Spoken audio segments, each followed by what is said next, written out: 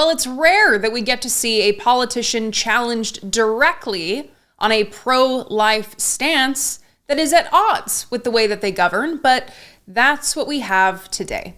My name is Brittany Page, and this is the Page Perspective. Sarah Huckabee Sanders, governor of Arkansas, former White House press secretary for Donald Trump, continued supporter of Donald Trump. She made an appearance on Face the Nation with Margaret Brennan this weekend. The topic of discussion turned to the quality of maternal health care in the state of Arkansas, where there is one of the most restrictive abortion bans in the country. Abortion is illegal in Arkansas, except in cases to save a pregnant person's life in a medical emergency. We know how well these exceptions actually work out in real life situations now. Right? I mean, the exceptions are effectively meaningless, and we have a recent example of that in the case of Kate Cox in Texas. So you would think Arkansas would be a state that, if they are going to force people to birth babies, would implement policies that ensure easy access to birth control, or ensure the babies who are born have access to food aid or healthcare, or ensure that the person caring for the new baby would have assistance and healthcare they need to stay healthy for the baby. But no, in fact, before we get to the state of things in Arkansas, let's check in with Sarah Huckabee Sanders about her priorities when it comes to life. Look, I'm proud of the fact that Arkansas is one of the most pro-life states in the country. I'm unapologetically pro-life. I believe that we are a culture that protects life, that values life. I think that's who we are as a country, and I'll continue to support those measures.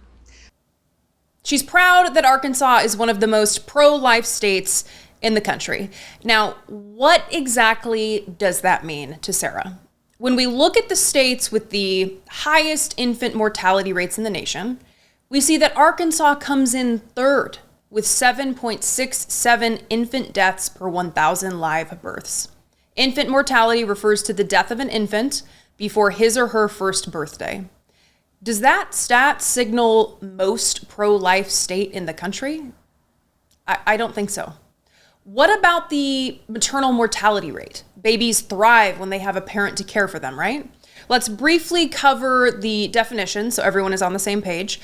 Maternal deaths include deaths of women while pregnant or within 42 days of termination of pregnancy, irrespective of the duration and the site of the pregnancy, from any cause related to or aggravated by the pregnancy or its management, but not from accidental or incidental causes. Well, right now, Arkansas is leading Mississippi with the highest maternal mortality rate in the country.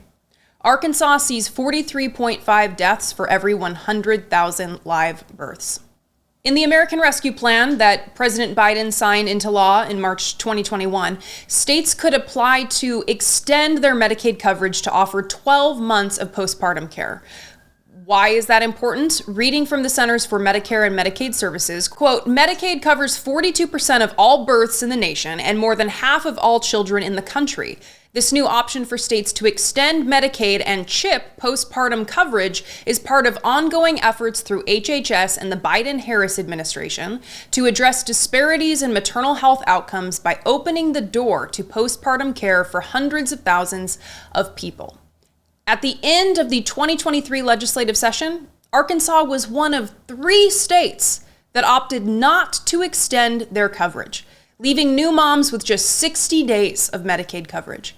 Being the most pro-life state in the country, Face the Nation host Margaret Brennan asked Sarah why her state opted to not offer pregnant people in her state this additional coverage. Specifically, why Sarah did not want mothers to get a full 12 months of care instead of 60 days.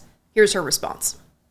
Well, I'm going to have to disagree with the premise of your question, saying that I don't want that. I certainly want us to do everything that we can to help during pregnancy and well after a child is born, which is why we have done things like focus on the foster and adoption care. We've put significant funding into our pregnancy crisis centers. We're focusing on things that help our mothers, including bring your kids to work at state government. We've expanded maternity leave for state employees. We included that in our education package. We have taken a number of steps that are very positive in this front, and we're going to continue to do that as long as I'm governor. So Sarah says she wants to do everything she can to support people during their pregnancies and afterward. But she never once directly addressed why she chose not to extend health care coverage from 60 days after birth to 1 full year, which would undoubtedly benefit the health and well-being of mothers and babies who are dying in her state at some of the highest rates in the nation. It seems obvious that she is in fact not doing everything that she can because, well, number one, she would extend health care coverage from 60 days to 1 year. And two, Arkansas wouldn't have the highest maternal mortality rate and third highest infant mortality rate in the country. But can we also talk about the things that she chose to highlight that they are doing in the state of Arkansas to support pregnant people and new parents? The first thing that she listed is a focus on foster and adoption care. I'm sorry, what? What about helping people who want to keep their children? Keep and care for their children. What about those people? You know, this reminds me of a ProPublica article that came out last week about a woman who lost custody of her children in the state of Georgia due to a lack of stable housing and income. The article went on to note that between fiscal years 2018 and 2022, the Georgia Division of Family and Children's Services, DFCS, reported, quote, inadequate housing as the sole reason for removing a child in more than 700 cases, and that housing was the third most reported reason for removing children from the home after substance use and neglect. The article further went on to note how expensive it is to keep children in foster care. Reading from ProPublica, quote, DFCS spends a minimum of $830 to $980 a month to house a child in foster care, according to the state's published daily rates for foster parents. That's roughly equivalent to the monthly fair market rate to rent a one-bedroom apartment in most of Georgia outside of metro Atlanta, according to the U.S. Department of Housing and Urban Development's estimates. The cost for foster care can be significantly higher if a child has complex mental health or behavioral needs, as some of the woman's kids in the article do. Under the state's current rates, specialized foster care for a single child in an institution or group home can reach $6,390 a month. Imagine taking a child from a parent because they can't afford housing and don't have a stable income, to then pay a stranger to house that child, rather than just providing housing assistance to the parent to keep the child with the parent. What is going on here? Is this what Sarah Huckabee Sanders means when the first thing out of her mouth is her state's focus on foster and adoption services? Why not bulk up your social services to support parents to keep their children? Oh, and the second thing that she mentioned was her state's focus on pregnancy crisis centers. You know, those places that give you inaccurate information and scare people into keeping a pregnancy that they otherwise want to terminate. Oh, and then coming in third for Sarah's priorities in her pro-life state is bringing your kids to work at state government. Oh, worried that you can't afford to have a baby? Don't worry. If you work for the state government in the state of Arkansas, you can bring your kids to work.